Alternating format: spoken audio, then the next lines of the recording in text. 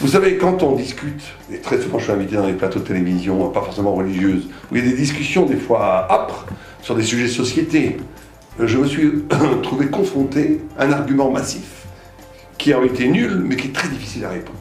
Il y a quelque chose qui est très difficile à répondre pour un débatteur qui essaye de porter des valeurs de la Torah dans le monde, c'est deux mots magiques, qui sont presque plus forts que tout. C'est les deux mots du diable, qui ont une puissance phénoménale. C'est quoi ? C'est la malo en hébreu, pourquoi pas. C'est-à-dire que tout ce que vous dites, ils vont vous dire pourquoi pas.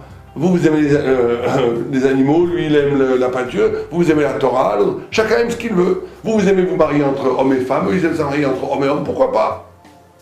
Et donc ce pourquoi pas, j'ai essayé de réfléchir, parce que c'est vrai quand on m'a dit la première fois, mais pourquoi pas que les femmes ne peuvent pas aller prier au kotel avec des filines sur la tête. C'est-à-dire que le pourquoi pas, à quoi est-ce qu'il renvoie, en vérité? Mais il renvoie qu'à une seule chose, et c'est la seule façon de le combattre. Il renvoie, en dernière instance, au néant, au vide idéologique, au vide conceptuel, au vide philosophique, à l'absence totale de valeurs poétiques, de valeurs positives, d'affirmation intellectuelle. Pourquoi pas? Ça veut dire tout se vaut, tout est nul. Il n'y a pas de différence entre le bien et le mal, il n'y a pas de différence entre le beau et le laid, il n'y a pas de différence entre la vérité et le mensonge. Tout est une option, tout est lié, en dernier ressort, au désir. Si je désire quelque chose, si je le veux, ça a une valeur. Si je ne le veux pas, ça n'a pas de valeur. Alors vous savez que toute, et après j'ai réfléchi à cette question, toute la civilisation moderne, tout l'Occident, et aujourd'hui ça déborde en Orient, en vérité toute la conscience universelle, qui est en vérité cadenassée par les médias, par Internet, par toutes les formes de propagande et de propagation de l'idée, plutôt de non-idée, est basée sur ça. Aujourd'hui, on vous accuse. Pourquoi est-ce que vous interdisez les gens de faire ça et ça et ça et ça? Et c'est à vous de répondre. On a réussi à organiser un système où ceux qui défendent la vérité, ceux qui défendent le bien, ceux qui essaient de défendre la valeur fondamentale de la vie, etc., sont mis sur le banc des accusés. À partir d'une seule injonction qui est pourquoi pas. Laissez les gens faire ce qu'ils veulent, pourquoi pas. Bientôt on va vouloir massacrer les enfants à coups de hache, on va dire mais pourquoi pas. Ils aiment massacrer les enfants à coups de hache. On n'en est pas encore là, parce qu'on dit oui, mais pour le moment on permet tout ce qui est affreux, du moment que ça ne tue pas les gens, que ça ne blesse pas les gens. Mais on va y arriver, c'est qu'une question de temps.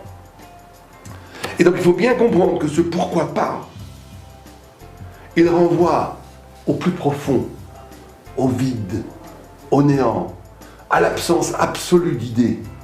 Et donc, effectivement, si le monde n'a pas d'essence, si le monde n'a pas d'idées, si le monde est vide, si le monde ne bat pas d'une vérité éternelle magnifique, si derrière les choses, il n'y a pas la lumière, il n'y a que les ténèbres et la matière, alors effectivement, pourquoi pas? Tout est pourquoi pas. Et donc, quand on vous pose la question pourquoi pas, il faut être capable d'affirmer la puissance de la vérité. Et la vérité, elle gagne toujours. La Torah, à la fin, va gagner pour une seule raison, c'est parce que, tout simplement, parce qu'elle est vraie. C'est tout. C'est tout.